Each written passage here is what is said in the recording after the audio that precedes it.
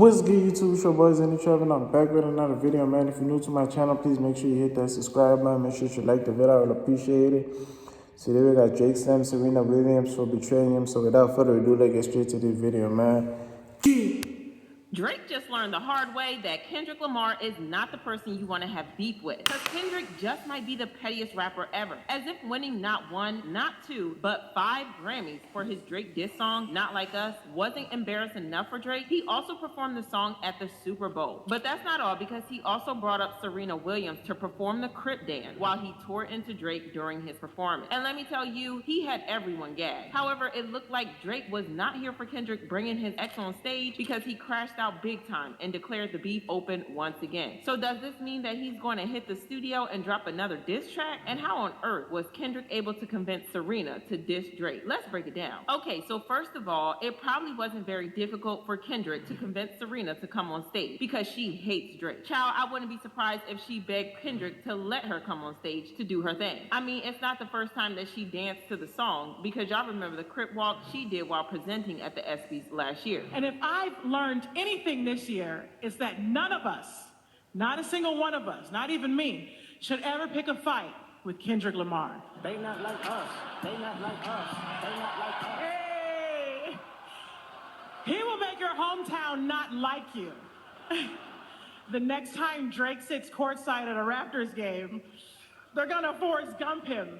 Sight's taken. Her presentation had nothing to do with Kendrick or Drake, but she managed to sneak it in. Do y'all know that she really hates Drake? But what exactly happened between them to make her that mad? For those who don't know, Drake and Serena used to be an item back in the day, and after they broke up, Drake just couldn't get over himself. And he made it his personal mission to humiliate her as bad as he could. This type of behavior isn't surprising for Drake because he has a disturbing history of crashing out whenever he gets turned down by a woman. And he spends years taking digs at them. We've seen him going after Rihanna for years, throwing not so subtle shade at her and her new man A$AP Rocky for no reason, even though Rihanna hasn't paid him any mind since they broke up. You'd think that he'd get the memo and leave her alone, but nope, he just keeps going on and on. Drake's infatuation with women in the industry didn't stop at Rihanna, because let's not forget that awkward situation with Halle Berry. For years, he made it clear that he was into her, openly expressing his admiration in interviews and on social media. But despite his persistence, Halle never paid him dust because she didn't feel the same about him. But instead of taking the hint, Drake continued making questionable remarks about her, sometimes crossing the line into straight up inappropriate territory. One of the most cringe-worthy moments came when Halle announced her pregnancy, and rather than offering a simple congratulations like a normal person, Drake saw it as another opportunity to make an unnecessary comment. Seem to have a fixation with Halle Berry, but she's already I do. Pregos and Yeah. That was unfortunate, but would you really have, like, let's say she wasn't. yeah, Would you seriously consider?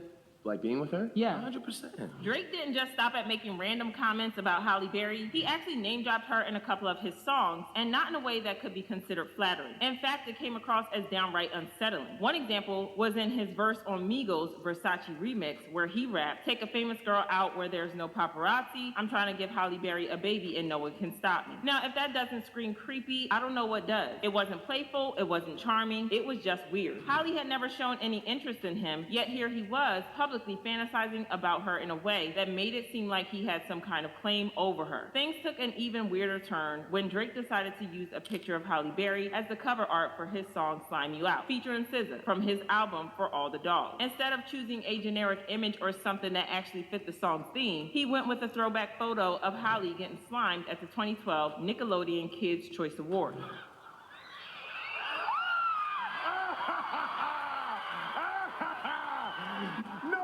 Safe from the slime. What was weird about that drama was that he had asked Halle about using her picture before, and she said no. So it was weird AF that he used the picture anyways. But hey, typical Drake behavior, right? Well, to nobody's surprise, it turns out that he did the same thing to Serena Williams, which is why she hates him so much. He seems to have a problem with women moving on, because not only has Serena moved on from him, but she's also married with 2 kids. But what exactly did he do or say about Serena? Last year, Drake unexpectedly dropped a massive 100 gigabyte stash of content on a mysterious site called 100gigs.org. And how did he announce this surprise? Not through his official channels, but via his not-so-secret burner Instagram account, Plot Twist, which he had been quietly updating since late June. This wasn't just some random collection of files, this was a gold mine. The data dump included a treasure trove of unreleased tracks featuring artists like Young Thug, 21 Savage, and Lotto. But that was just the beginning. Fans also got a rare glimpse into his creative process with never-before-seen footage of Drake working on some of his most iconic albums, including Take Care, Views, and Certified Lover Boy. And if that wasn't enough, the collection featured behind-the-scenes moments with artists like Jay-Z, Kanye West, Rihanna, and Cameron, along with appearances from some of the key figures in Drake's inner circle. Now, we may never know the real reason Drake decided to hit us with this massive content dump out of nowhere, but the word on the street was that it was a strategic distraction from his increasingly messy feud with Kendrick Lamar. If that was the plan, though, yeah, it didn't exactly go as intended. The drama with Kendrick only got worse, and this so-called diversion barely made a dent in the conversation. But wait, there's more. As if the 100 gigabyte data drop wasn't chaotic enough, Drake also threw in a little extra tea for the fans. Buried in all that footage was a clip of him working on Too Good with Rihanna, casually revealing that the song wasn't actually about her, but about his other ex, Serena Williams. And to make things even funnier, he wasn't confessing this to some industry insider or a close friend. He was just casually spilling all this to his mom, Sandra, like it was no big deal.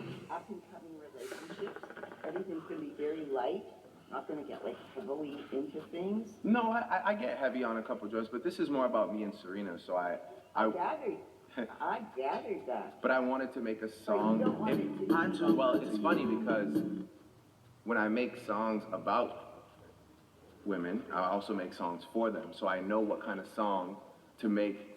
If I'm going to talk about them, I'll at least do them the justice of making them a song that they like. Yeah. Okay? So I know I know Serena very well, and I know that she'll hear it loud and clear, but she'll also not hate me for it because it's lighthearted, you know? And she has seen someone else.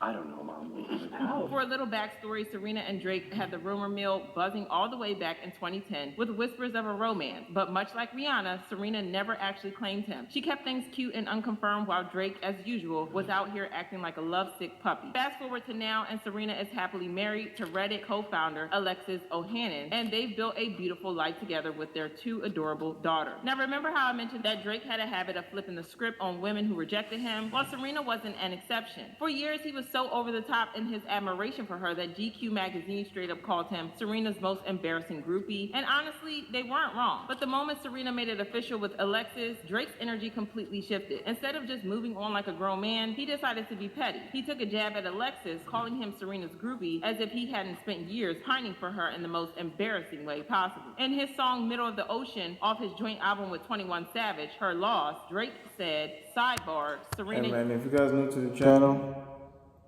please make sure you hit that subscribe button. Make sure you like the video. I would appreciate it. I'm going to see you guys on the next video, man. Peace.